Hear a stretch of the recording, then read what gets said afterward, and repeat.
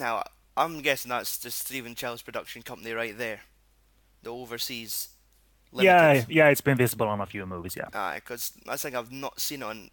They think I've seen it on any other film outside of his. No, not really. I've that this and Starling, Shaolin Soccer, I saw it on, and Yeah. there was always an amusing detail for me. The bottom was always slightly matted. You can see it exactly saying Hmm. the star overseas, but that's Hong Kong sloppiness for you. But man, King of Comedy. When in your like Stephen Chow cycle did you watch it? Do you remember? Um. Now, I think I wasn't actively looking for it. I think it was just by chance I'd actually came across it on eBay, and there was like an hour left, and no one had bidded, and it was going for like £1. Wow, And I was like, fucking hell, I'm just going to keep an eye on this. And I did eventually want it for like £2. And right on. because I'd probably gotten through the main stages of, I'd always been a big fan of, as you'd expect, Shaolin Soccer and King of Comedy, not King of Comedy, God of Cookery. Mm. And this was before Kung Fu Hustle. So I eventually acquired this. But to be honest, I've only watched the film once. It's so weird. I do know it's a good film, but shit, there's so many films you need to watch in life. I force myself to rewatch them because I feel like, man, Hot War's not getting enough attention. Oh, Viking hours are creeping in here.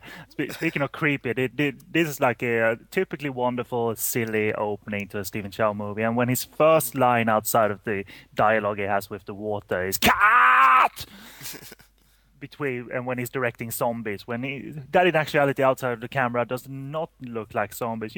I'm in the mood. This is gold all of a sudden. And obviously it's setting up that Steven is an aspiring actor, aspiring, know it all about film acting and filmmaking. Mhm.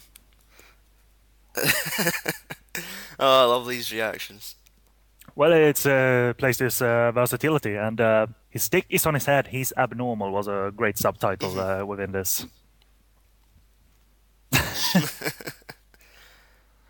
Yeah, but I think it was fairly early on in my cycle. Because in all honesty, the first one I watched was Curry and Pepper. Yeah, yeah, I did The get a copy of that on VHS the sent to me. Lethal Weapon style action comedy with him and Jackie Chung. And Uh, Blackie Cole directing and being the uh, main bad guy. yeah, and it's not a Stephen Chow comedy in that vein. It was Aye. a regular comedy, but it's pretty kick-ass. I do like it. They have fairly good chemistry, and the action is absolutely terrific. Some great gunplay, bloody gory gunplay Mhm. by Blackie Ko. I think he choreographed Curry and Pepper as well. And plays like a Thai bad guy in that movie, so Mhm. he's dubbed into Thai. Talking about like fucking gunplay, looks like he's just walked right into the set of The Killer. Like And right into the church, get some fog in there. Oh, how fitting. well, it's you're supposed to be disposable in these kind of movies, yeah. But man, talk about here we go. Here's echoing probably when Lee Lik Chi and Stephen Chow, who are the directors of this, put this together. They put this together as fans of what John Woo can do, Mhm. and I think it's a great, great little homage you know, to the killer, and Mhm. it's actually very kick-ass. Mhm. A small nod towards girls and guns. Absolutely. And Karen Mock, I mean, Mhm. yeah, I would buy her in an action role. And yeah, 2, 3 years later, she wasn't so The close. doves. Yeah, Exactly. and it's one of those scenes that could have been very hokey.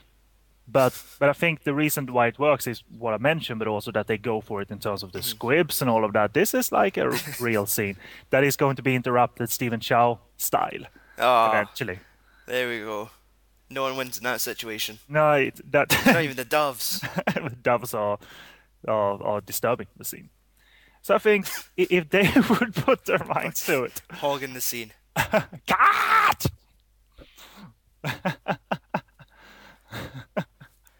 That's pretty messed up how they've done that all in one take as well. Yeah, it's a very brave. Then again, you have Breaking News by Johnny Toe a few years later. They had a major one-take deal opening scene. So, and that was across like sets and streets and in and Hmm. outside and all of that. So it can be done. Hong Kong filmmakers and action directors are pretty, up to standard. Hmm. That chick's scary. She's But got fucking Jaws teeth.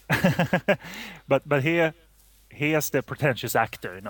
I think my character needs a bit of motivation and backstory. What's my motivation? You're a fucking extra, dude. And you hear that on sets in real life every now and again, like extras and trying to be more important than they actually are, just to get into character. Steven's Where are they character, gonna get a professional extra? yeah, I mean, kick out the guy who doesn't know his job properly. Hmm. I mean, you're right. You need to rehire some maybe veteran players in the extras department rather than the young players, because the veteran players know better. And who knows There's better than this fucking guy?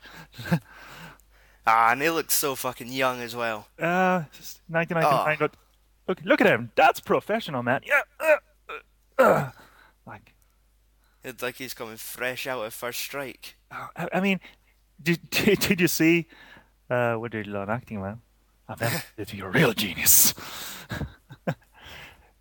And of course, the same year, Stephen Chow had a cameo in Gorgeous.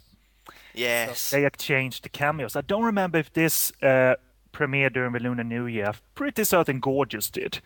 So, Hmm. but they did exchange cameos. Stephen was a cop with a German Shepherd that I think just dragged him. Hmm. And it just cuts to the obvious dummy being pulled down a Yeah, street. exactly. So they changed their little cameos. This was funnier. Hmm. And that was the thing. I'm pretty sure Steven's cameo never made it to any of the international prints.